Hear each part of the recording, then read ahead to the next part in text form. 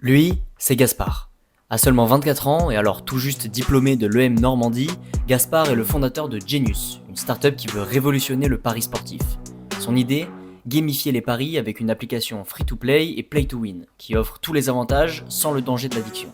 Une alternative saine et innovante dans un secteur souvent critiqué.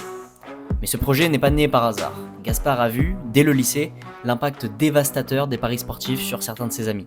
En France, c'est 15% des joueurs qui sont addicts, soit 600 000 personnes. Avec Genius, il veut offrir une solution différente, plus responsable, et bientôt, il ira encore plus loin en lançant des paris sportifs sur l'e-sport, une première en France. Derrière cette ambition, il y a aussi beaucoup de défis. Proposer une application grand public dans une industrie qui génère des milliards sur le dos des addictions, ce n'est pas un parcours facile. Gaspard a dû naviguer en eau trouble, esquiver les critiques du public et les attaques de personnes très haut placées dans cette industrie. Et aujourd'hui, il est là pour nous partager son histoire dans ce nouvel épisode de... Salut à toutes et à tous et bienvenue pour ce nouvel épisode du podcast Jeunes Doers, un podcast dans lequel j'interviewe, j'échange avec des jeunes entrepreneurs, des jeunes artistes, des jeunes sportifs, des jeunes qui essayent de faire des choses, d'accomplir leurs objectifs. Aujourd'hui, pour cet épisode, je suis très content d'être avec Gaspard. Gaspard, comment tu vas ? Bah écoute, ça va très bien et toi, Louis ? Bah super, bienvenue à Paris. T'es monté quelques jours là, c'est ça ? C'est ça. T'es entre Paris et chez toi, là où t'étais de base ? Tout le temps dans un train entre Paris, la Bretagne et le sud. Ok, très cool.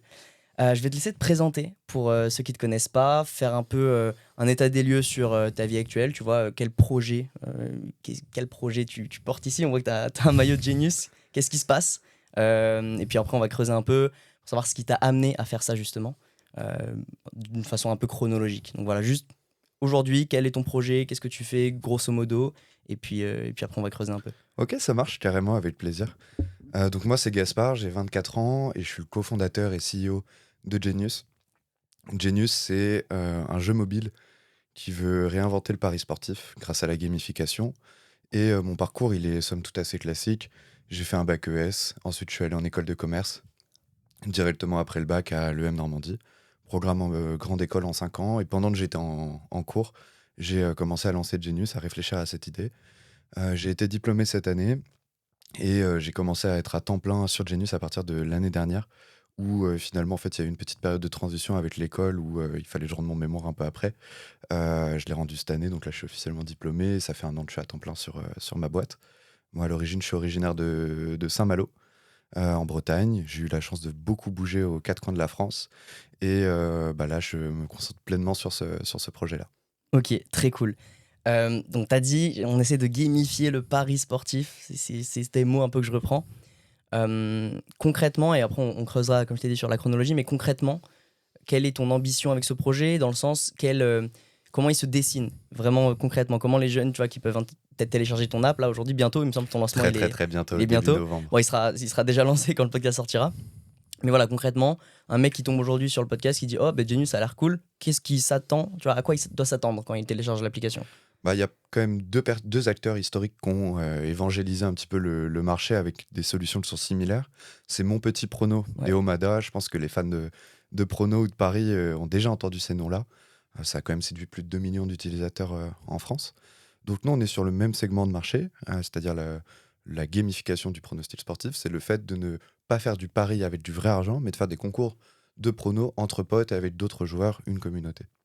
Et évidemment, on va se différencier de ces acteurs-là. L'idée, c'est pas de faire juste un copier-coller. Donc nous, en fait, on permet aux joueurs d'avoir une alternative par rapport au paris sportif traditionnel et de jouer sans risquer de perdre d'argent, sans risquer de perdre une mise. C'est un jeu qui est social, qui est communautaire et qui permet en fait de redécouvrir un rapport au pari qui est beaucoup plus sain parce qu'on n'a pas les conséquences liées à l'addiction qui sont la perte financière. Et en plus, ça lutte contre l'isolement des joueurs, qui est le principal facteur qui aggrave les comportements addictifs. Donc en gros, concrètement, c'est un jeu où tu vas pouvoir faire des concours de pronos avec tes potes. Et si t'es bon, tu peux gagner des récompenses offertes par Genius. On parle pour le moment de places pour aller voir des matchs, de cartes cadeaux, de maillots de foot. Des choses qui peuvent plaire en fait à nos cibles, tout simplement, et à notre communauté. Ok, ton client type, en vrai, ton persona idéal, c'est quoi ? C'est un mec qui est déjà tombé dans le pari ? Un mec qui a envie de s'amuser avec ses potes, quelqu'un juste qui passe par là et qui découvre peut-être de nouveaux sports, de nouveaux styles de paris dans ton app? C'est quoi? C'est un peu tout ça, les trois mélangés peut-être? Alors en fait, il y a 3 types de parieurs. Il y a les parieurs qui vont vraiment jouer pour l'appât du gain, pour ceux qui ont envie de ressentir des gros frissons quand ils jouent, qui sont là dans un but purement pécunier, qui veulent gagner de l'argent avec ça. C'est très rare, très très rares sont ceux qui y arrivent, mais il y a cette typologie de joueurs-là. Nous, c'est pas particulièrement elles qu'on va aller cibler parce que finalement, ils vont peut-être pas se retrouver dans notre jeu. Ceci étant dit, il y a des joueurs qui tombent dans l'addiction. Et nous, en fait, on peut venir se positionner en tant qu'alternative plus saine pour continuer de prendre du plaisir en pronostiquant sans être dans le vice et sans les conséquences du vice derrière. Donc, il y a cette première catégorie de joueurs-là qu'on peut cibler. Et puis, finalement, nous, on s'adresse à un public qui est peut-être plus néophyte dans le pari, qui n'a pas envie de parier de l'argent, de rentrer dans ce vice-là, justement, et qui va jouer sans prise de tête avec ses potes. Et puis, bah voilà, s'il a perf, il va pouvoir gagner des cadeaux. Peut-être Et des plus jeunes aussi. Plus exactement. jeunes que ceux qui parient actuellement. Enfin, normalement, il faut avoir 18 ans pour parier. Alors, il y a la théorie et C'est la ça. pratique. Non, mais c'est ça. mais ouais. De base, ça devait être que pour les majeurs.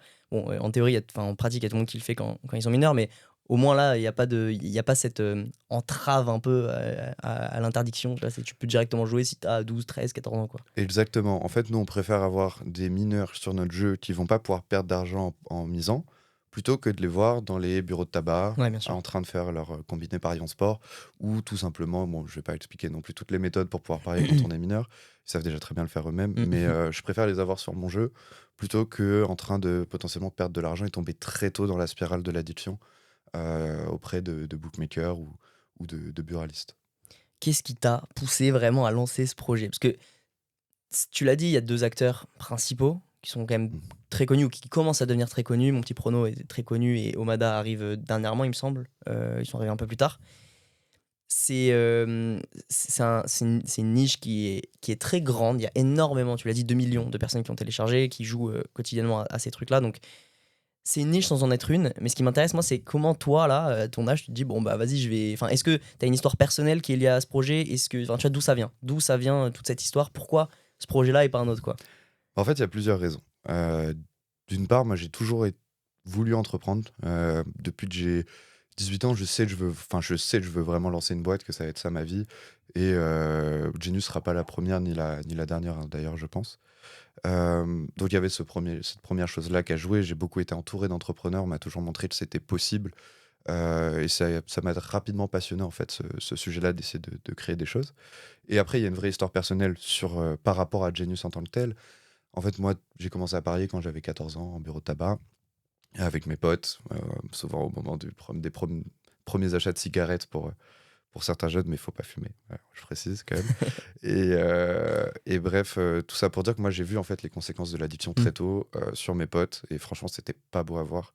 Ça s'est intensifié quand je commençais à grandir, à devenir majeur, où finalement, les montants en jouets sont plus importants que quand t'es petit, et où finalement, le vice va vraiment prendre sa place à cet âge-là.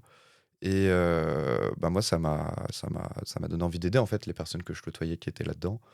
Et quand j'ai commencé à faire mes premières recherches, j'ai vite constaté qu'il y avait pas mal de problématiques sur le marché du pari sportif, qu'il y avait un peu de l'inaction qui était en place. Et enfin, on aura l'occasion d'en discuter Ouais, après, bien mais il sûr. y a pas mal de choses qui favorisent en fait les comportements addictifs sur cette thématique-là.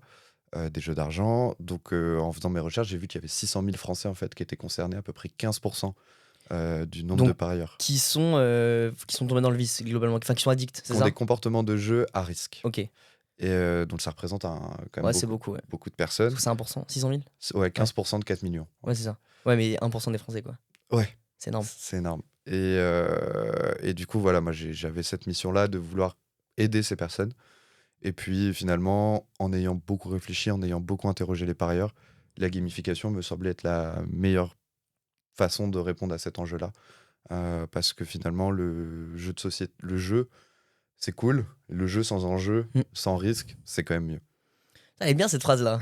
Tu viens de la sortir ou? Full impro pour le coup. Elle est très bien. Ça sera ton leitmotiv. Tu l'as dit, t'as toujours voulu entreprendre parce que t'étais entouré d'entrepreneurs. Mais globalement, c'est quoi? Dans ta famille, ils sont tous entrepreneurs ou ils sont salariés et ouverts à l'entrepreneuriat ou Il y a un peu de il tout. y a un peu de tout? Mon père était entrepreneur. J'ai plusieurs de mes grands frères qui sont entrepreneurs aussi. Je pense à une cousine aussi qui est entrepreneuse. Finalement, en fait, j'ai vu pas mal Bon, dans des industries et à des stades très divers et variés, hein. Mais j'ai grandi avec des personnes autour de moi qui m'ont dit que quand tu veux, tu peux, en gros. Et moi, ça m'a toujours intéressé de voir ces personnes-là lancer des boîtes. Et puis finalement, aussi beaucoup grandi avec YouTube. Et YouTube, aujourd'hui, c'est une mine d'or pour tous les entrepreneurs. Il y a énormément de contenus qui sont ultra accessibles. Et moi, ça m'a tout de suite plu, en fait, ce type de contenu quand je commençais à m'approcher du post-bac et à me demander ce que je voulais faire. Et le fait de tomber sur ces moments-là, sur ce type de contenu, ça m'a vraiment donné envie de tenter ma chance dans l'entrepreneuriat. Et t'as lancé d'autres projets avant celui-là? Parce que là, du coup, t'as lancé Genius à la fin de ton école de co, en gros. Moi, j'ai fait Enfin, beaucoup d'idéations pendant le parcours en école. ok. En fait, chaque cours, chaque projet de groupe était une opportunité de faire évoluer mon projet, de le challenger un peu avec des profs et d'autres étudiants. Mais ouais, ça fait que depuis l'année dernière que je suis à temps plein, ça fait à peine plus d'1 an. Ok. Et pardon, j'ai perdu le fil. Bah, en gros, est-ce que t'as lancé d'autres projets avant celui-là? Est-ce que t'avais pensé peut-être à d'autres projets avant celui-là? Ou est-ce que t'as pensé à ce projet qui a par la suite été un peu modifié avec le temps? Je connais un peu la réponse, on en a parlé, mais je trouve ça intéressant parce que le projet que t'as pitché très rapidement au début de ce podcast, c'était pas ton idée première, en tout cas pas complètement. Et j'aimerais bien revenir un peu avec toi sur justement tout ce parcours-là d'itération, etc. Comment t'as changé et comment t'as amélioré petit à petit ou changé de stratégie pour ce projet. D'où c'est parti vraiment, les premières ébauches, tu vois, de ce truc-là, pour en arriver aujourd'hui à un projet qui est quand même pas mal fini et un peu différent de celui initial. Donc d'où ça part et quelle était l'idée première de ce projet? Ça marche. Alors, d'une manière générale, moi j'ai d'autres idées de projets en tête, mais pour le moment, je préfère ne pas me disperser partout. Je suis quand même advisor d'une belle startup qui s'appelle Loubia, qui installe des distributeurs de protection périodique dans les entreprises. Et je suis cette entreprise depuis un moment et je l'accompagne dans son développement. Mais Genius, voilà, c'est vraiment ce qu'occupe 95% de mon temps. Et il y a eu plusieurs itérations, comme tu l'as dit, plusieurs versions de Genius. Tout a commencé en fait d'un constat que j'ai décrit où je voyais mes potes être dans certains de mes potes dans une problématique d'addiction. Vient ensuite le temps un peu de l'étude, de la recherche, où en fait je me demandais s'il y avait tout simplement un vrai besoin, une vraie problématique. Donc là, tu vas au contact de tes cibles, très clairement. D'abord tes potes parce que c'est ce qu'il y a de plus accessible, mais les potes, faut faire très gaffe, c'est très biaisé. Bien Et sûr, c'est donc pas après, objectif. Ouais. il faut demander à ces potes-là de te présenter des gens que tu connais pas, qui sont aussi par ailleurs, pour avoir des retours beaucoup plus objectifs. Et puis finalement, donc voilà, il y a eu cette vraie étude du besoin, de comprendre les besoins, les attentes, les frustrations, les rêves, et finalement dresser une sorte d'audit de la problématique que tu souhaites adresser, savoir si elle vaut la peine d'être résolue. Donc ça a été la première étape. Confrontation au marché, quoi. Comprendre Exactement. globalement quelles sont les attentes réelles et pas juste que toi tu penses être du marché. Exactement. Ouais. Vraiment me mettre dans la peau de mes cibles en fait et avoir Ouais. le plus d'infos possible pour savoir si ça vaut le coup de résoudre ce problème.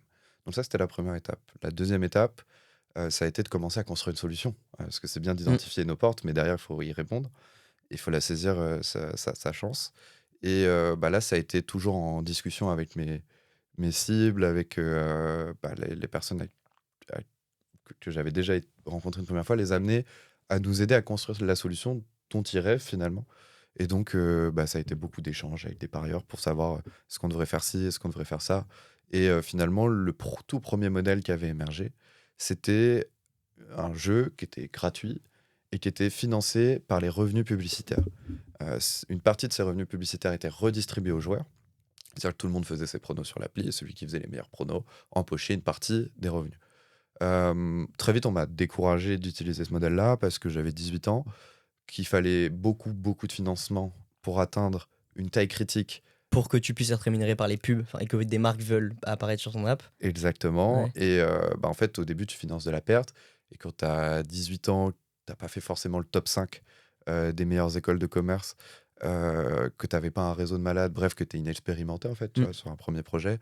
Peu de personnes voulaient aller sur un modèle aussi hasardeux, parce que c'est vrai que ça se trouve, on aurait pu juste jamais atteindre la taille critique et c'était au revoir. Finalement, il y a un acteur qui fait ça très bien, c'est Gambi. C'est assez intéressant ce qu'ils font. Et donc, je me suis dit, ok, il faut trouver une autre façon de faire. Donc là, puis j'avais vu aussi d'autres acteurs à l'époque qui s'étaient lancés sur ce modèle-là. et qui finalement n'avaient pas marché, donc ça m'avait un peu refroidi. Ok. Peut-être que le timing est très important, hein, Bah, beaucoup, ouais. Beaucoup plus important que beaucoup de choses, je pense. clairement. Quand la marée monte, les bateaux montent avec. Et- Donc, si t'es dans le sens de la marée, ça va. Si t'es pas dans le sens de la marée, c'est compliqué, quoi. Exactement. Et peut-être que Gambi a bien fait d'attendre son timing aujourd'hui. Mais bref, ce modèle-là, voilà, je l'ai un peu écarté sur le conseil de pas mal de mentors. Puis aussi de ce que j'en avais déduit. Et finalement, on s'est orienté vers un modèle où on s'inspirait du poker. Le poker, le fonctionnement des tournois de poker, Mm. c'est que tout le monde paye un droit d'entrée. Ces droits d'entrée constituent une sorte de cash prize que les meilleurs joueurs vont se partager. Moi, je voulais appliquer ça au paris sportif et avoir finalement des sortes de parties où chacun, du coup, paye sa mise, fait ses pronos, et en fonction du classement que tu as atteint dans la partie, tu gagnes X% de toutes les mises d'entrée du début. Je sais pas si c'est clair ou pas. Bah, en fait, moi, ça me paraît hyper clair. Mhm. Mais pour que les gens se rendent compte, c'est que. Donc, je sais pas si. Pour ceux qui écoutent, il y en a sûrement beaucoup qui comprennent parce qu'ils sont peut-être au fait de tout, des casinos, des jeux d'argent, etc. Mais globalement, en fait, il y a deux principaux types de jeux dans des casinos. Typiquement, tu as quand tu joues contre la banque et quand tu joues contre des autres joueurs. Le poker, c'est le seul jeu des casinos où tu ne joues pas contre la banque, donc tu joues contre des autres joueurs à la table, et tu gagnes si la table, enfin si t'es meilleur que les autres joueurs à la table, en gros, ou si t'as plus de chance, ou les deux. Quand tu joues au blackjack, par exemple, tu joues contre la banque. Bon, je te le dis, tu le sais très bien, mais c'est pour que les gens se rendent compte. Par définition, on dit que le casino prend en général 50, je crois que c'est 51,2%. Donc en gros, sur une espérance de 100 parties, il va gagner 51,2 parties. Et donc, oui, on peut avoir un peu de chance et gagner pendant 4, 5, 6, 7 fois d'affilée, j'en sais rien, pendant 2 semaines. Ça arrive à des potes à moi, donc ceux qui écoutent, vous savez très bien. Et après, pendant les 3 semaines qui arrivent, tu perds tout le temps, etc. Bon, ça, c'est tout simplement parce que sur le temps long, l'espérance est de 41, enfin 48,8, quoi. Là où donc la banque a en gros 51% de chance de gagner in fine sur toute ta vie, par exemple, de jeu.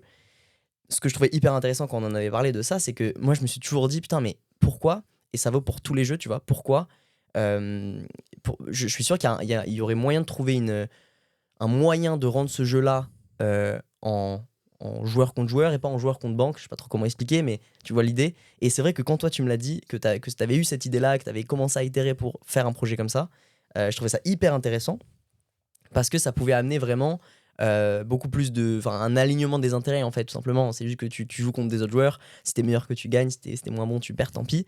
Mais pourquoi, du coup, ça a pas marché? Enfin, pourquoi t'as abandonné cette idée?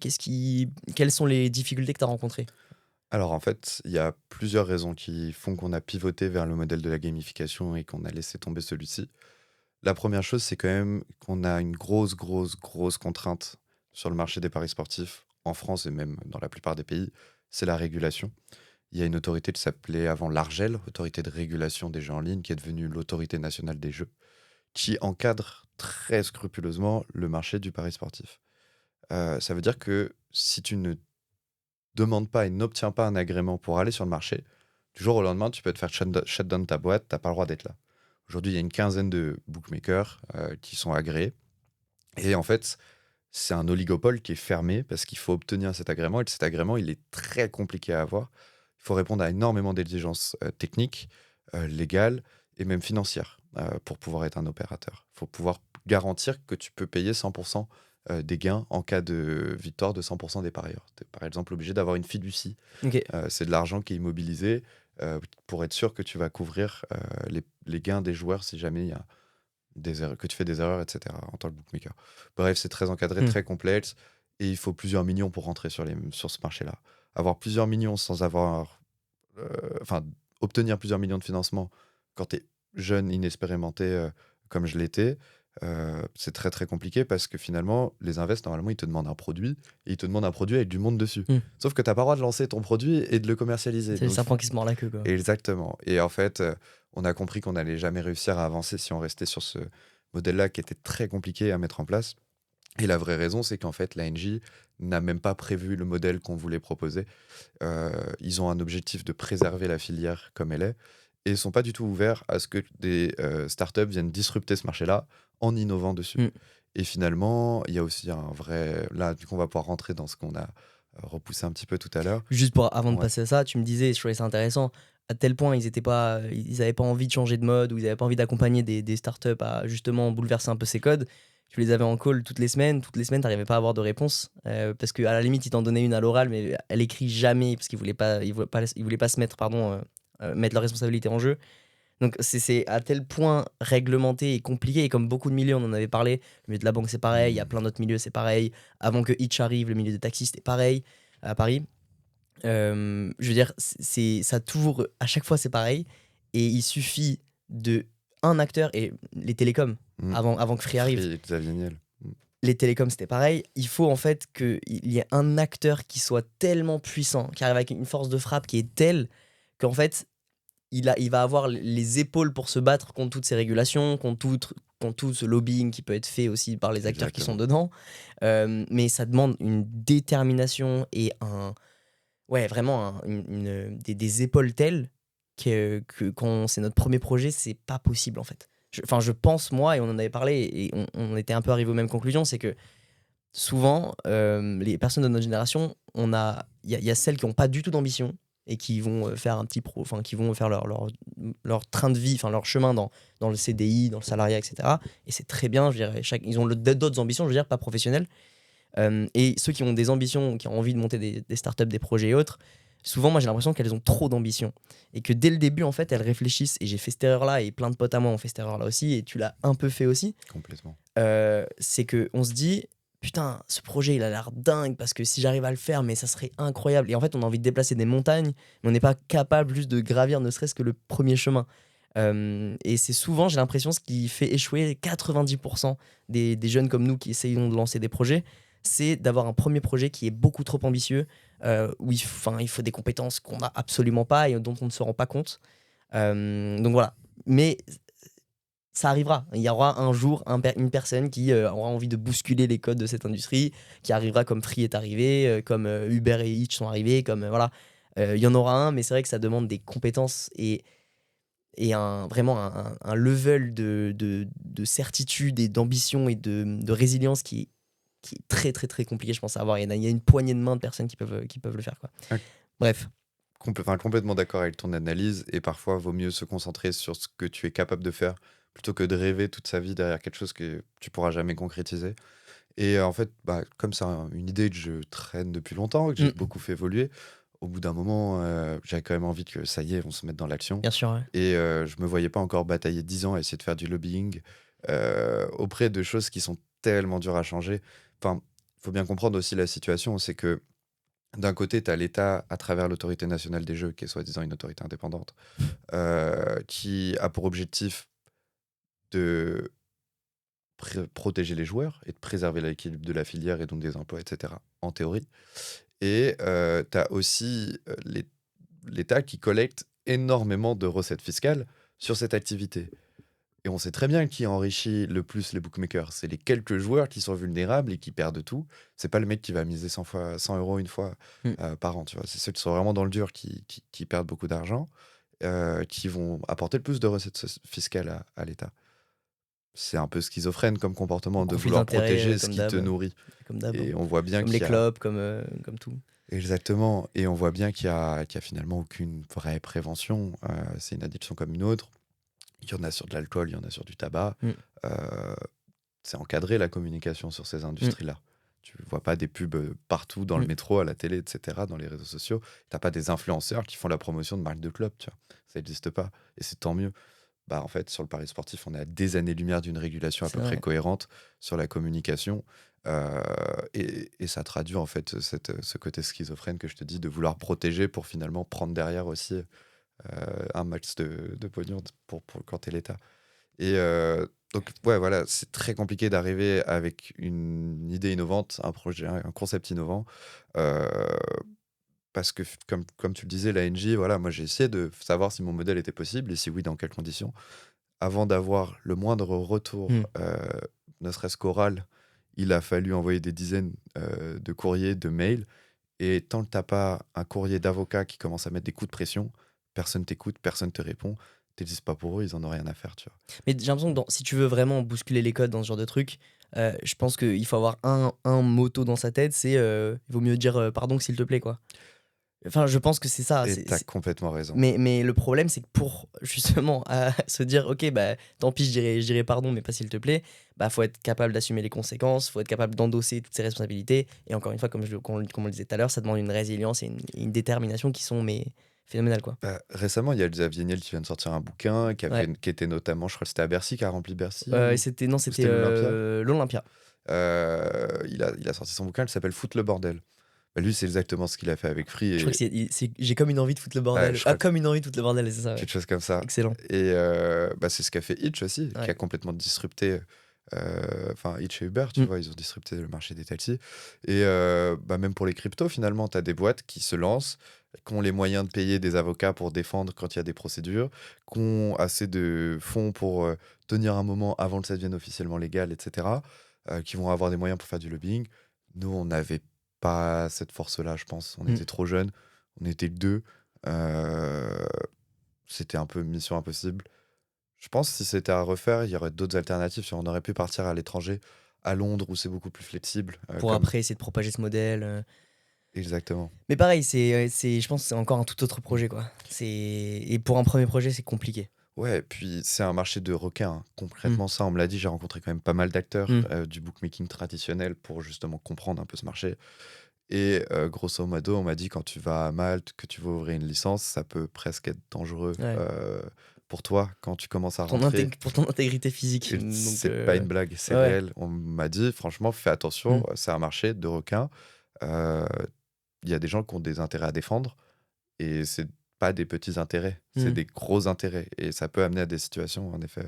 T'as vu Peaky Blinders ou pas? Tout à fait. Bon, bah voilà. Les J'adore cette bookmakers. Je sais pas si ça part de là ou si c'était bien avant déjà qu'on commençait à faire des paris. Je crois que c'est dans ces eaux-là, non, que le pari a été créé. Alors, historiquement, les premiers jeux d'argent, ça remonte à bien avant ça. Ok. Il y a eu des traces, des archéologues qui ont retrouvé des osselets où en fait on pense que ça servait aussi à faire du jeu d'argent. Il y a aussi à l'époque de la Grèce antique avec les Jeux Ouais, bien Olympiques. sûr. Il y a la Rome antique aussi avec les gladiators où en fait on pouvait parier sur la vie ou la mort des mecs qui allaient dans la fosse aux lions. Et bah, il y a eu. En Mais ce que France, je veux dire, c'est que j'ai l'impression que c'était pas centralisé.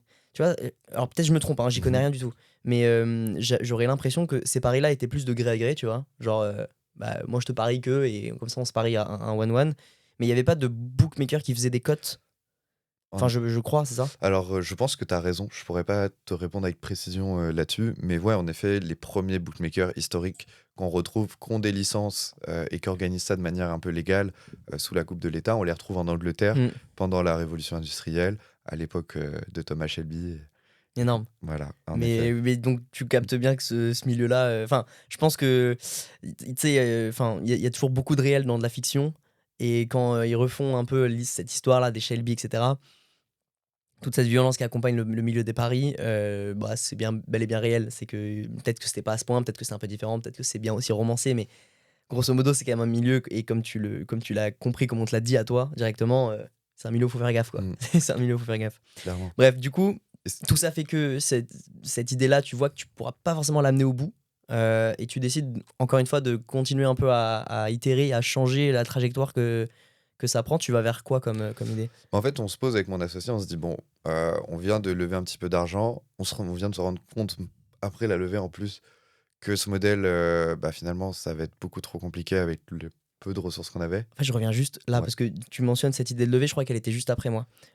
Comment ça se passe, cette levée de fonds? Parce que c'est aussi intéressant pour la suite, quand tu vas devoir, bah, comme tu allais le dire, là, vouloir changer de stratégie quand tu as des VC ou des investisseurs qui sont avec toi, c'est un peu plus compliqué.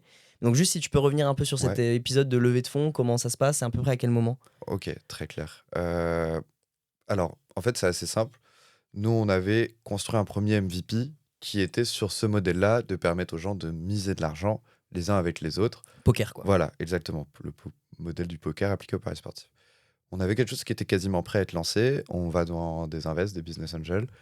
Moi, j'avais mis 10 000 de mon prêt étudiant parce que j'étais en alternance, donc finalement, j'avais pas besoin de tout utiliser. Mon associé a mis 5 000 euros d'économie.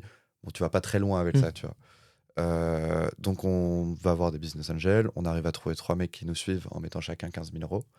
Donc, on commence à être déjà un peu plus capitalisé.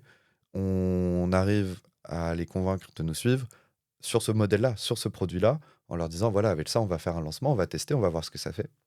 Et on se rend compte qu'on va juste risquer de se faire shut down bêtement Mm. parce qu'on n'aura pas de capacité à être agréé et que finalement, ça va être trop complexe à lancer, ça va pas le faire. Donc on décide de pivoter vers la gamification. On se rend compte aussi que quand tu fais du pari sportif, tu es une industrie des vices, tout ce qui est financement public, tout ce qui est aide, tout ce qui est prêt bancaire, tout ça, même pour ouvrir un compte bancaire, Mm. quand tu dis que tu fais de l'organisation de jeux d'argent et de hasard, c'est impossible. Mm. On a été obligé de faire une procédure de droit au compte auprès de la Banque de France pour qu'on nous attribue une banque en mode vous n'avez pas le droit de refuser cette entreprise, c'est une migraine, ce secteur-là. Bref, on se rend compte qu'on ne va pas y arriver, qu'il faut aller vers un autre modèle ou arrêter. On veut continuer. On voit qu'il y a une porte sur la gamification avec les acteurs comme Omada et Mon Petit Prono qui font un bon job, mais on pense qu'on peut faire mieux. Et on se lance. On arrive à choper 50 000 euros de la BPI. Au passage, au long de l'aventure, on a remporté 3 concours entrepreneuriaux. Alors, BPI, c'était 50 000. Les concours, c'était 3 fois 4 000. Donc, au total, il y a un peu plus de 120 000 qui ont été injectés dans ce projet-là. Et voilà, en fait. Ok. Enfin, je crois que je me Ouais, suis c'est ça. peut-être. C'était juste savoir. Ouais, du coup, tu fais cette levée, tu te rends compte qu'en fait, ce projet va être trop compliqué à amener à bout. Tu décides de pivoter. Et j'en reviens à la question d'avant, justement, comment ça se passe, cette transition, comment convaincre aussi peut-être les investisseurs, ou comment ça s'est passé tout ça, pour arriver au projet aujourd'hui, en fait, que tu lances vraiment. Ah, ça a été assez brutal quand on s'est rendu compte que finalement, on n'allait pas pouvoir le faire. Et puis, ça correspondait aussi plus à notre mission et à nos valeurs, à mon associé et moi, d'aller vers quelque chose qui va vraiment assainir. C'est difficile d'assainir quelque chose quand tu es dans l'antre du Hmm. problème, en fait, que tu es toi-même le problème aussi. Certes, c'est un modèle qui était plus équitable parce que tu joues pas contre un bookmaker, que c'est plus méritant du coup, et que on pourra rentrer dans le détail du taux de retour aux joueurs, etc. Mais on n'était pas forcément liés aux mêmes contraintes. Et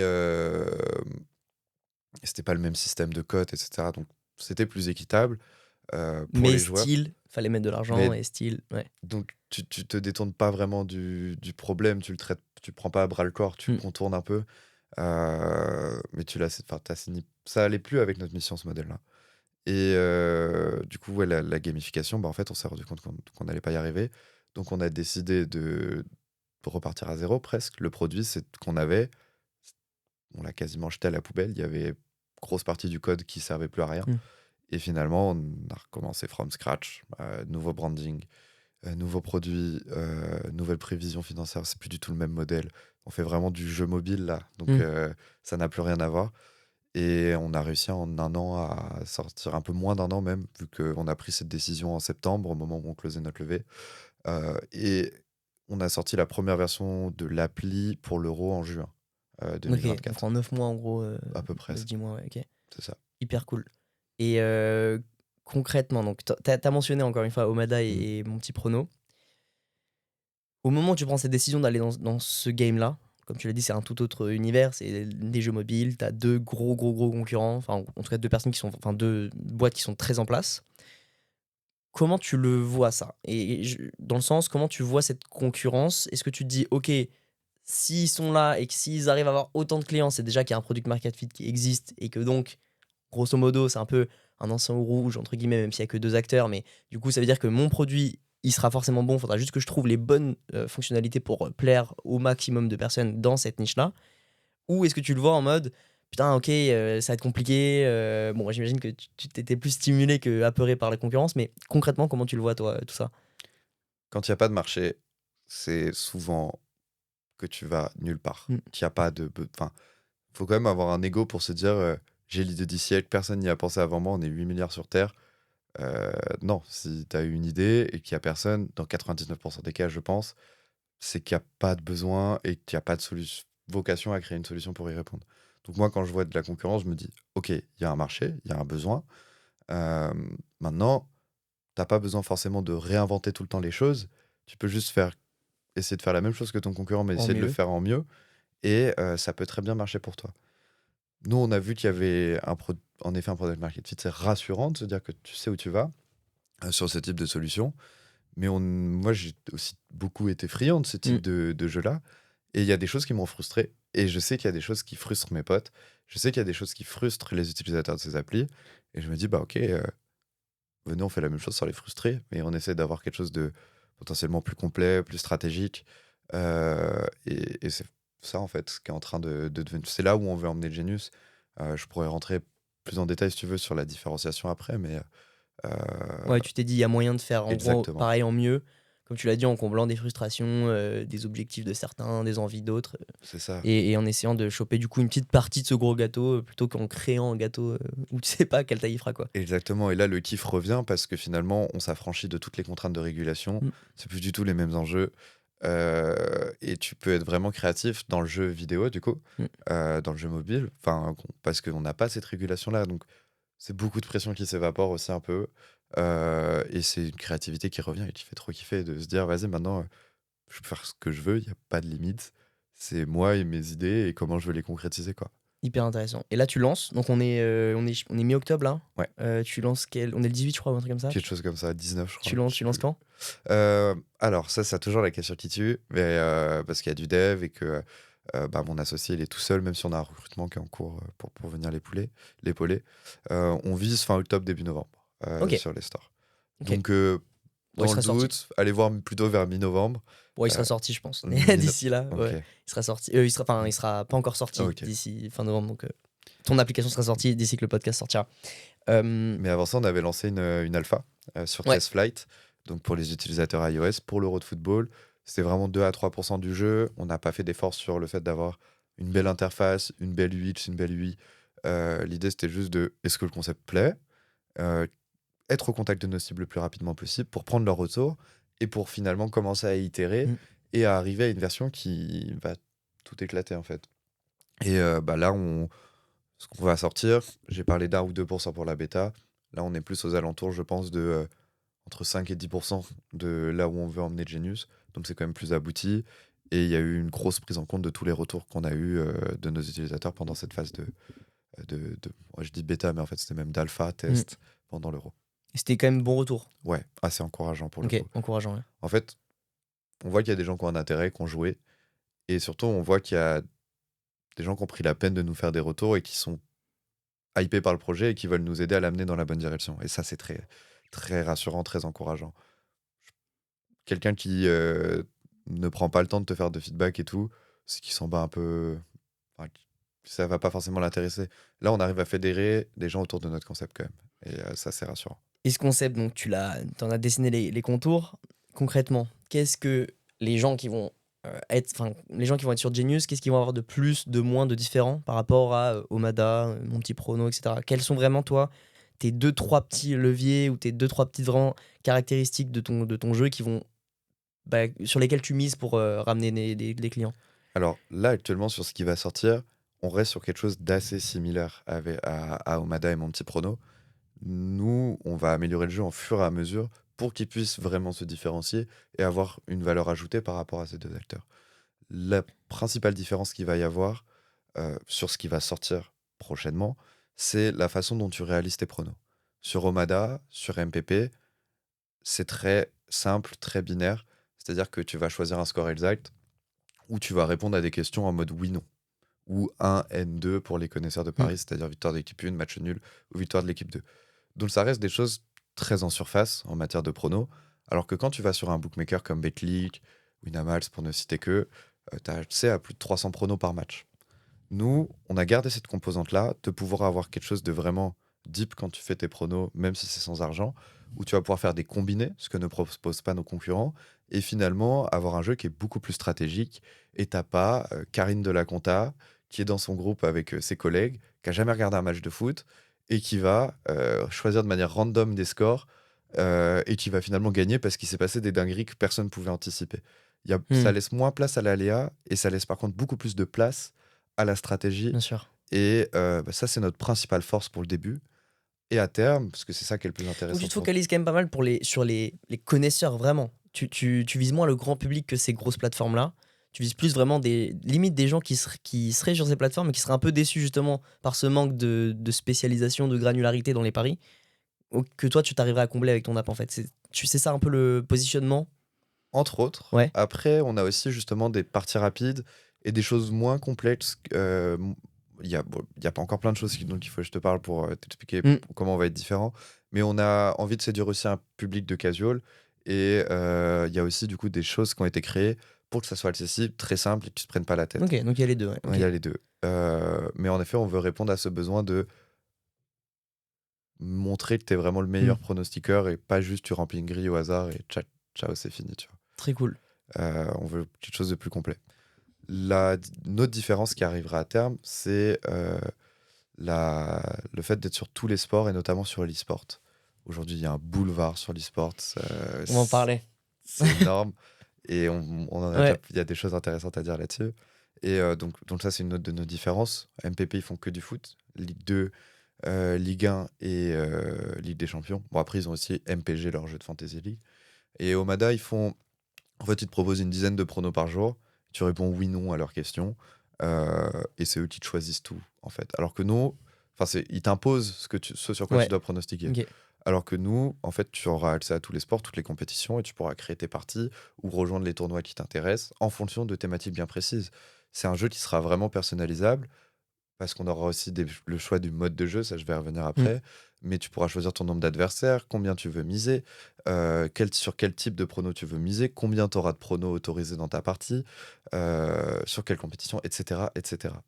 Et la grosse différenciation aussi, c'est le mode de jeu. En fait, tu as plusieurs styles de parieurs. Tu as des parieurs qui vont kiffer que les grosses cotes. On a un mode de jeu pour eux. Tu as des parieurs qui vont au contraire vouloir enchaîner les paris safe et essayer de faire monter leur bankroll. On a un mode de jeu pour eux. Et puis finalement, vu qu'on est dans un jeu, c'est quand même cool d'avoir des petites variantes, comme au poker où tu vas avoir le Texas Hold'em, le Texas Hold'em No Limit, le Omaha Pot, ce genre de choses. Ou comme sur un Call of, peut-être ça parlera plus, où tu vas avoir tout le temps le même jeu, c'est Call of, mais tu auras du match à mort par équipe, de la mêlée générale, du capture du drapeau. En fait, les règles vont changer, tu as des variantes qui plaisent à tous les styles de joueurs. Nous, c'est un peu la même chose. Donc, tu auras du team v team, tu auras du 1 versus 1 et les modes de jeu dont j'ai parlé un petit peu avant, qui vont avoir des règles bien spécifiques, qui vont s'adapter au style et aux habitudes de chaque type de parieur. Je sais pas si c'était C'est clair. hyper intéressant, c'est hyper clair. Ok, trop cool, merci. J'imagine qu'il y a encore plein d'autres caractéristiques, parce que forcément, je pense que quand t'es dans ce truc-là, tu scrutes les moindres détails, les moindres points d'amélioration. Donc, je pense que tu aurais une liste longue comme le bras que tu pourrais nous déballer. Mais déjà, je pense que ça donne une bonne image des principales caractéristiques différentes. Et je pense que ça pourra plaire à pas mal de. Enfin, très honnêtement, J'espère. je pense que je comprends en fait, en tout cas. Tu vois, c'est vrai que moi, je connais pas trop ce milieu-là. Tu vois, j'ai beaucoup de potes qui parient, etc. Mais moi, personnellement, je l'ai jamais vraiment fait. Tu vois, j'ai jamais testé Omada. J'ai testé mon petit prono une fois avec mon équipe là où je bosse, tu vois. Mais c'est des trucs très classiques, machin. Mais je comprends du coup que, tu vois, je comprends beaucoup mieux. On en avait déjà parlé un peu. Et ça m'avait déjà pas mal utilisé, mais là je trouve ça encore plus clair et je vois encore mieux, tu vois, les détails, les avantages à ton application par rapport aux autres. Euh, Comment ça se passe du point de vue des investisseurs, du coup, ce changement-là? Est-ce que tu as réussi à les convaincre de nouveau? Est-ce que eux t'ont freiné à faire ce changement? Est-ce qu'ils t'ont accompagné au contraire dans ce développement? En fait, on avait le choix. Nous, on voulait pas poursuivre sur l'ancien modèle. Donc, soit on arrêtait. Enfin, on venait de passer des mois à faire une levée. Ça a été long. Ça a été un vrai parcours du combattant. Mais ça s'est fait. Soit on rendait l'argent et on arrêtait. Et on passait à autre chose. Genius, c'était terminé. Soit on continuait et on trouvait quelque chose de viable pour continuer. Parce qu'on allait dans un mur dans tous les cas. Donc finalement, eux nous ont fait confiance Ouais. et go les gars, allez-y. Une startup, parfois, tu es même obligé de pivoter avant même de t'être vraiment lancé, de t'être vraiment confronté à ton marché. Nous, c'est ce qu'on a voulu faire. Tu parlais de résilience tout à l'heure, je pense que là, on a su en faire preuve et de rien lâcher, d'aller au bout des choses. Et en l'occurrence, on va pas non plus nulle part parce qu'on sait qu'il y a des acteurs qui vivent très bien sur ce modèle-là, qui ont fait des belles choses. Et bah, nous, on n'est même pas comment dire, en vraie compétition, tu vois. On vient compléter une offre, on vient proposer une autre alternative que celle proposée. On va pas forcément séduire le même public que Omada ou que mon petit prono. Et je trouve ça cool, en fait, d'avoir une autre alternative différente qui va venir finalement. Nous, nos vrais ennemis, c'est pas Omada et MPP. Nous, on kiffe ce qu'ils font. Ils ont même évangélisé en fait un peu le marché pour nous à l'avance. Nous, nos vrais ennemis, c'est ceux qui rackettent les parieurs en bande organisée. C'est les opérateurs de paris sportifs. Nous, notre but, c'est de détourner les joueurs de ces plateformes vers notre modèle parce qu'on trouve qu'il est plus intéressant et moins risqué et potentiellement plus divertissant. Faire ses pronos tout seul dans son coin, ok, tu vas te faire vibrer devant ton match, mais jouer avec tes potes, c'est quand même plus cool que de perdre bêtement ton argent depuis ton téléphone chez toi. Il y a une autre dimension aussi qu'on veut ramener avec Genius, L'ego, c'est hein. comment? T'as l'ego, il y a la dimension de l'ego qui est parfois plus importante même que la dimension vraiment de gagner de l'argent pour beaucoup, hein. Complètement, Ouais. complètement. Mais un des gros projets de Genius, c'est de rassembler sa communauté pour qu'elle devienne digitale et qu'il y ait une expérience qui dépasse le simple cadre du jeu mobile. Je m'explique, pendant l'Euro, on a des partenariats avec pas mal de bars sur Paris, où on a accueilli notre communauté pendant les diffusions de matchs. Et malheureusement, on n'avait pas encore la feature des pronos en direct, qu'aucun de nos concurrents n'a. Mais à terme, tu pourras faire tes pronostics en live à nos événements pendant un match et potentiellement repartir avec une tournée offerte ou des maillots ou des choses comme ça. Et ça nous permettrait peut-être même à terme de développer une verticale B2B où tu vas faire du fan engagement pour les clubs en proposant cette solution pendant un match, genre un club de Ligue 1 ou de Ligue 2 qui va pouvoir proposer cette appli aux personnes qui sont dans son stade. Et à la fin, tu repars avec un maillot dédicacé ou des choses comme ça, par exemple. Et dans les bars, finalement, ça peut aussi les intéresser pour proposer une activité à leurs clients. Les bars qui sont un peu orientés sport, qui diffusent les matchs. Et pour ça, en fait, ça répond à un besoin pour nous de protéger les joueurs isolés parce que c'est ces joueurs-là qui sont les plus susceptibles d'aggraver leur comportement addictif. Et puis en fait, c'est cool aussi de se reconnecter au sport, de le vivre avec autrui et de pas faire ses pronos tout seul dans son coin. Je vais te donner un exemple. Pendant le Covid, euh, les mises n'ont pas baissé alors que les 5 grands championnats de football étaient à l'arrêt. Sur l'année 2021, il y a eu un record d'argent misé. C'est terrifiant, je trouve. C'est-à-dire que les gens, tout seuls, chez eux, en période de confinement, alors qu'il n'y avait plus les matchs sur lesquels ils pronostiquaient qui étaient disponibles, en fait, ils allaient parier sur la Ligue 3 kazakh ou des choses qui n'intéressent personne. Les seuls championnats et événements qui étaient encore accessibles au Paris, c'était vraiment des trucs que personne ne regarde. Et pourtant, il y avait grave des mises générées. Donc quand tu es isolé, ça veut dire que tu es encore plus susceptible à aller dans le vice. Ouais, clairement. Donc hyper intéressant ton positionnement aussi et ta perspective d'évolution à ramener un mix entre physique et digital justement. Ça prend tout son sens en fait, c'est très clair, ouais. Et C'est puis, clair. c'est aussi une façon de se différencier Ouais, des carrément. autres acteurs. Mais merci. Et une autre façon de se différencier, tu l'as mentionné rapidement et j'aimerais qu'on creuse un peu sur ce sujet pour le temps qui nous reste. Tu as mentionné donc différents modes de jeu, certes, différents types de codes, différents types de joueurs, etc. Mais tu as mentionné aussi différents types de jeux, de sports sur lesquels parier. Tu as mentionné l'e-sport. Mhm. J'ai envie qu'on creuse sur ce sujet parce que je pense que, et tu le penses aussi, on pense tous les deux que ça peut être potentiellement un très bel axe de développement et vraiment une différenciation qui est très importante, je pense, dans ton appli. Comment, donc si j'ai bien compris, tu veux amener les gens à pouvoir, tu vas amener la possibilité de parier sur de l'e-sport via ton application. Pourquoi c'est pas actuellement le cas dans les autres apps? Pourquoi tu penses que ça devrait être le cas et pourquoi tu penses qu'il y a un vrai marché à ça? Et surtout, est-ce que tu penses que tu vas réussir à amener justement cet e-sport-là dans ton app? Parce qu'on avait parlé de pas mal de contraintes à ça. Voilà, plusieurs questions, tu les prends dans le sens que tu veux, mais voilà, ton avis sur l'e-sport et sa place dans ton app, quoi. Alors, aujourd'hui, en France, sur pas mal d'industries, on est souvent en retard sur des choses. L'e-sport, c'est le cas au niveau du pari sportif. Mm. C'est-à-dire qu'aujourd'hui, il est impossible de parier sur des compétitions e-sportives avec du vrai argent en France. Alors que tu vas chez nos voisins belges, c'est complètement possible. Et dans d'autres pays aussi.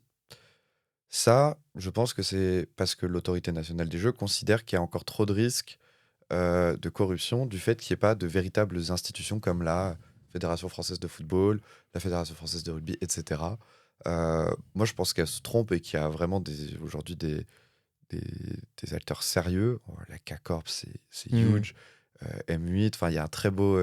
Il y a plein d'autres équipes et structures e-sport qui sont en train de faire des choses géniales.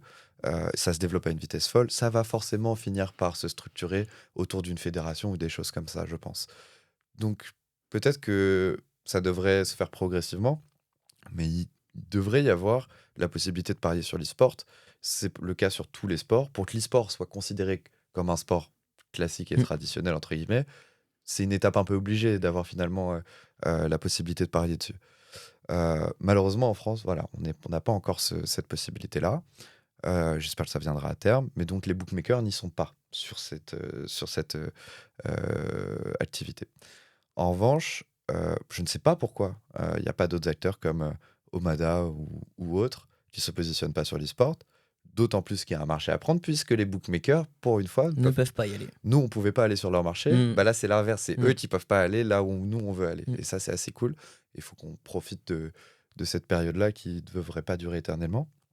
Il y a une énorme communauté. Ils peuvent pas parier en France. Bah, laissons-les au moins pronostiquer et avoir quelque chose de social sur leurs équipes préférées de manière saine et ludique. Nous, Ouais. c'est pour ça qu'on veut y aller.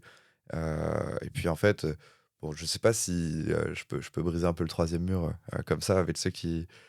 Le quatrième mur, je crois, comme ça qu'on dit. Je sais Je plus. connais pas l'expression. Mais bref, si vous êtes chaud de nous dire si ça vous ferait kiffer de pronostiquer sur l'e-sport, moi ça m'intéresserait de savoir. Complètement. Bah, faites-nous le savoir dans les commentaires. Tu connais mon point de vue, mais quand je vais l'étayer ici. Je pense sincèrement que tu as un moyen de te positionner sur la chose qui va faire exploser ton app. On en a déjà parlé, tu sais pourquoi je pense ça, et tu es quand même plutôt d'accord avec cette vision-là. Tu l'as dit, il y a vraiment l'e-sport, c'est en tendance d'hyper-croissance depuis ces dernières années, mais vraiment de l'hyper-croissance. Les gens ne se rendent peut-être pas compte de l'engouement qu'il y a autour de cet e-sport-là. Quand on voit que la K-Corp viennent d'avoir leur stade, quand on voit que les deux plus gros, donc on a Squeezie qui est le principal créateur de contenu, le plus gros influenceur, le plus gros youtubeur en France, il a genre 20 millions d'abonnés je crois, qui lance Gentlemates avec Brooks et Gotaga, qui sont Ouais. trois figures vraiment de l'e-sport. Enfin, Gotaga et Brooks sont. Gotaga surtout est une figure de l'e-sport. Leur parcours est incroyable. Parcours incroyable, extrêmement suivi sur les réseaux, mine de rien. Tous les jeunes de notre âge connaissent Gotaga, connaissent Squeezie, tout le monde connaît Squeezie. Quand on voit Kameto et Prime qui s'associent pour monter la K-Corp, je crois que c'était avant Gentlemates, mais ils viennent d'avoir leur stade, il y a un engouement de dingue, ils font les KCX, les events et tout, c'est n'importe quoi. C'est vraiment n'importe quoi. On est aussi pionnier dans beaucoup. Enfin, finalement, dans ce secteur, on est quand même pas mal pionnier dans le monde entier. La K-Corp, elle fait vraiment rayonner la France à ce niveau-là. Gentlemates également, parce qu'il y a très peu de pays où des aussi gros influenceurs se sont mis dans ce secteur-là. Et le paradoxe, c'est que comme tu l'as dit, c'est possible de parier chez nos amis belges et nos amis même américains, je pense, ou j'en sais rien. Ouais, il y a plein de pays où c'est possible. Mais c'est pas possible chez nous. Et je pense que tu as un créneau à prendre qui est monstrueux, parce que l'avantage de ce secteur-là, c'est que la communauté est ciblée et bien définie, et hyper accessible. C'est-à-dire que tu sais où aller taper si tu veux les choper. Et c'est à tel point facile, entre guillemets, de les identifier, que je trouve ça dingue, comme tu l'as dit, qu'il n'y ait pas des Omada ou des MPP qui soient mis sur ce créneau-là. D'autant plus que, comme tu l'as dit, les bookmakers ne peuvent pas aller sur ce terrain-là, donc autant profiter de cet avantage et tirer vraiment parti, tirer le plein potentiel en fait de cette partie jeu, gamification qui te permet d'avoir accès à ça. Donc voilà, je pense qu'on dit souvent, c'est très connu, quand tu lances un produit, il faut que tu sois extrêmement bon dans une feature, dans une fonctionnalité. Si tu essayes d'être bon partout, j'en sais rien, je fais que recracher des choses que j'ai entendues, mais Ouais, c'est vrai. après les avoir digérées un peu, quand même, je pense que c'est principalement vrai et sur tous les secteurs, que ce soit l'entrepreneuriat, la création de contenu ou plein d'autres. Si tu es très très très bon, extrêmement bon, incomparablement bon dans une niche, dans un domaine, dans une feature, une fonctionnalité, et que tu arrives du coup à avoir le monopole sur cette fonctionnalité, tu vas pouvoir par la suite expand et te répandre sur d'autres fonctionnalités et devenir un peu plus global, quoi. Qu'est-ce que t'en penses de ça? Pourquoi tu mets pas vraiment l'accent sur ça dans ton app? Voilà. En vrai, on a déjà eu cette discussion et je vais te redire la même chose. C'est pour les gens qui nous écoutent, je trouve ça intéressant. Tu prêches un convaincu. Ouais. Aujourd'hui, ça fait longtemps qu'on est sur Genius, longtemps qu'on y a réfléchi, longtemps qu'on essaye d'exécuter. On a dû repartir à zéro avec le pivot. Là, on vient de se lancer. C'est très dur d'aller voir ces équipes et de leur dire, les gars, tout ce qu'on a fait jusqu'à présent, désolé, mais ça part à la poubelle ou presque, quasiment tout. Ça veut dire que nous, on doit retrouver des fournisseurs pour toute la data. Il y a énormément de code qui va changer parce que notre fournisseur actuel ne nous fournit pas les codes sur l'e-sport. Donc, c'est-à-dire ça implique des grosses modifications sur le produit. Ça implique des très grosses modifications sur ta com, sur ton branding, parce que tu parles pas du tout aux mêmes personnes quand tu veux cibler des fans de sport et des fans d'e-sport. Enfin, ceux qui pronostiquent sur le foot sont pas les mêmes que ceux qui pronostiquent sur l'e-sport. Peut-être qu'il y a Bien sûr, des c'est joueurs des qui circuits font se les croisent, deux, mais mais on s'est compris. tu es quand même obligé de faire beaucoup Bien sûr. évoluer ton projet, d'en changer grosse partie de sa dynamique. Et là, en fait, nous, on veut aussi être une plateforme très complète. Les bookmakers, qui soient à l'étranger ou en France, sont positionnés sur tout en général. Nous, on aimerait que ça soit le cas aussi. Mais si ça tenait qu'à moi et que j'avais encore suffisamment de fonds pour me permettre de repartir, parce que pendant ce temps-là, tant qu'on ne propose pas notre produit non plus, bah, c'est de l'argent qui se dépense, mais il n'y a pas de rentrée derrière non plus. Donc finalement, il faut évaluer combien de temps ça va nous prendre de tout rechanger pour faire ce pivot vers l'e-sport. Et bah, c'est quelque chose qui est assez compliqué à déterminer. Ça va prendre beaucoup de temps si on veut pivoter.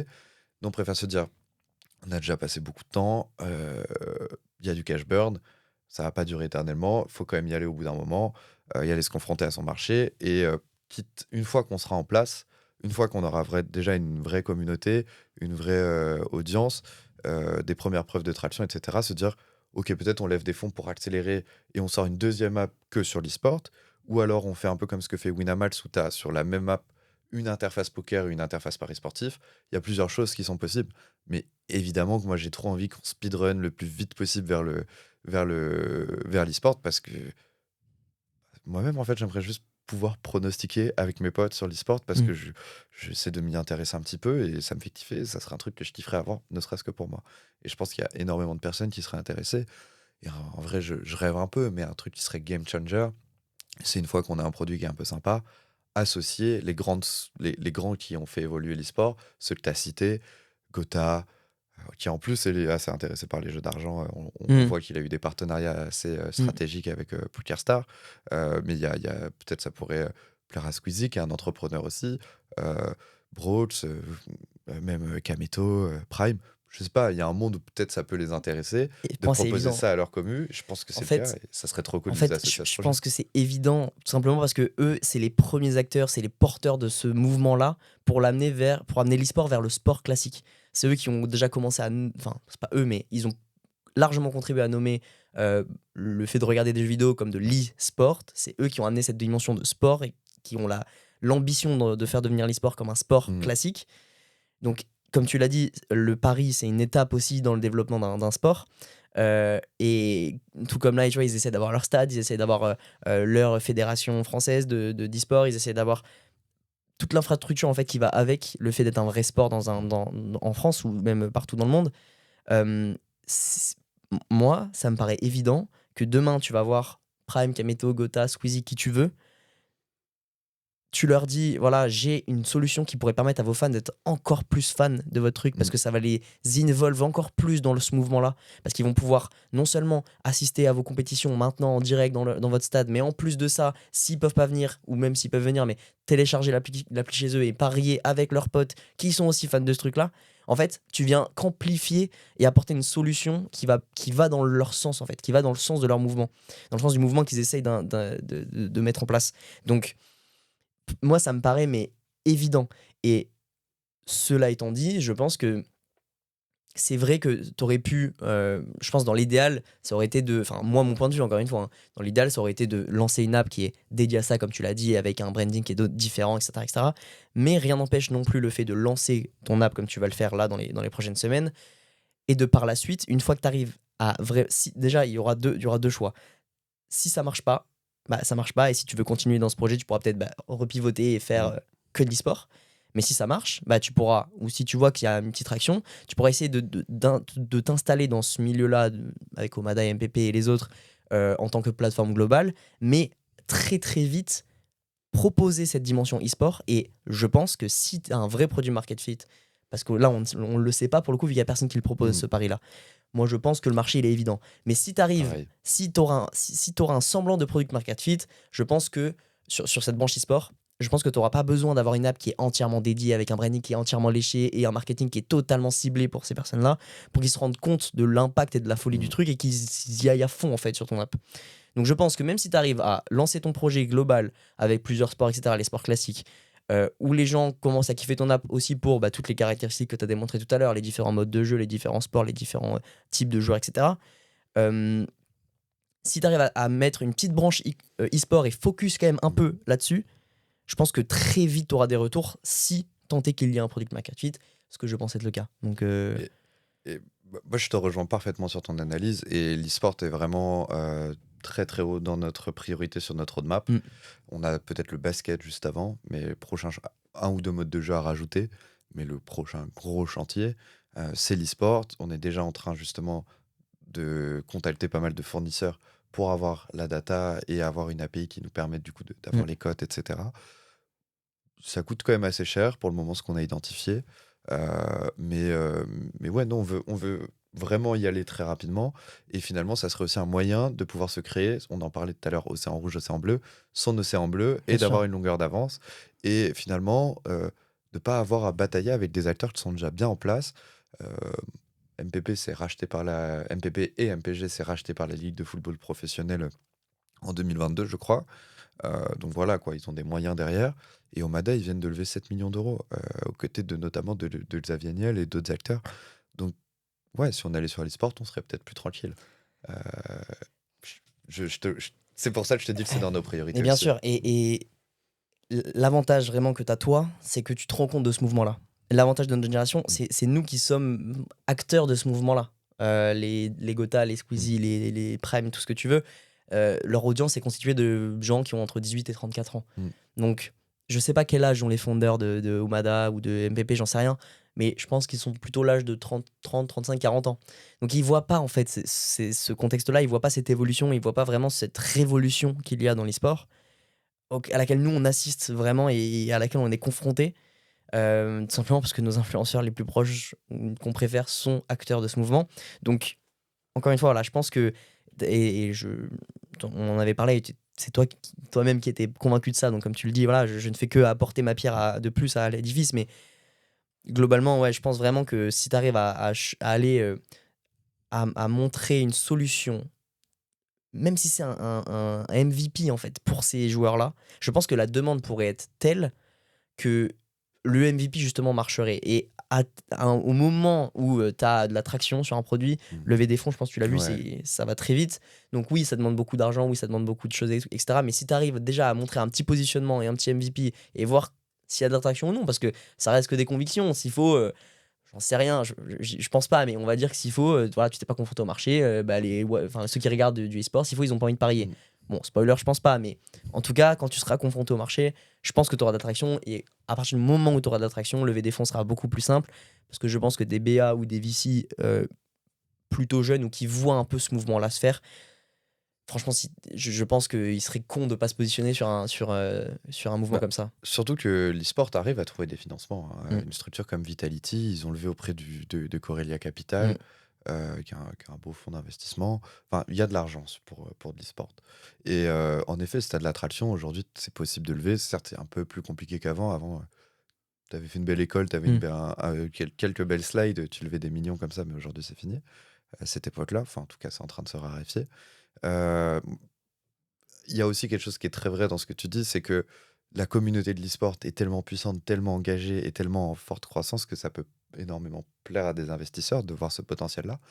Et puis, finalement, nous, ce qu'on essaie de faire, c'est aussi assez compliqué parce qu'on veut être sur le foot, sur le basket, sur le tennis, sur le rugby, sur le hand, bref, sur tous les sports, et en plus sur l'e-sport. Donc ça veut dire créer du contenu pour toutes ces audiences-là, Mm. qui sont quand même assez différentes les unes des autres, et avoir du marketing qui est finalement c'est dur de cibler tout le monde parce que quand tu veux plaire à tout le monde, finalement, tu te Tu plais retrouves à plaire personne. à n'importe qui. Bon, c'est un peu cliché Mm. comme phrase, mais c'est très vrai dans le marketing et dans la com. Et c'est pour ça que moi, en vrai, si j'avais les ressources et le temps, je mettrais presque en pause ce que je suis en train de faire sur le fait d'être sur le foot, les autres sports, et je ferais un focus full e-sport. Sauf que là, on est déjà allé un peu trop loin, entre guillemets, pour ne pas aller au Mm. bout de la chose sur ça, et ensuite, soit intégrer l'e-sport, soit aller pivoter complètement vers l'e-sport. Mais on peut pas, à 3 semaines du lancement, Mm. se dire on arrête, on rejette tout à la poubelle et on repart sur l'e-sport. Mais c'est très probable que finalement, on aille vers l'e-sport quelques mois, enfin d'ici quelques mois, parce qu'on se sera rendu compte que c'était beaucoup plus stratégique. Moi, je le pense, hein, je suis un convaincu, mais je suis pas tout seul dans mon bateau non Mm. plus. Et ben, c'est très intéressant de savoir ce que penseront tes auditeurs, justement. Est-ce qu'il faut y aller ou pas? Moi, j'ai vraiment envie de savoir pour le coup. Dites-le nous dans les commentaires. Sur ces mots, on attend que la plateforme se lance. Quand le podcast sera sorti, ton application sera sortie aussi. Peut-être tu auras déjà pivoté, peut-être que ça marchera extrêmement bien dans les jeux classiques, peut-être que voilà, y a toute éventualité qui sera possible, mais on verra ce qu'il en est à ce moment-là. C'était un plaisir d'échanger avec toi. J'espère que vous avez kiffé, les gars qui nous écoutaient. Gros projet quand même. Je pense qu'il y a vraiment moyen de faire un truc, notamment sur les sports, mais même tout court dans ce milieu-là. Deux plateformes qui ont 2 millions d'utilisateurs, bon, je pense qu'il n'y a pas besoin d'être un génie pour comprendre qu'il y a de la place. Euh, J'espère que vous avez kiffé, les gars. Mettez un like, mettez un commentaire, partagez à vos potes. Dites-nous dans les commentaires si vous kiffez le projet de Gaspard. Allez suivre aussi ce qu'il fait. Je mettrai tous tes liens en commentaire. Trop cool, Tu me diras merci. ce que tu veux, l'application, peut-être ton compte perso, ton compte pro. On verra, tu me diras. Je vous dis à la prochaine. Mettez les likes, les notifications, la cloche. Regardez les prochains épisodes. Je vous dis ciao.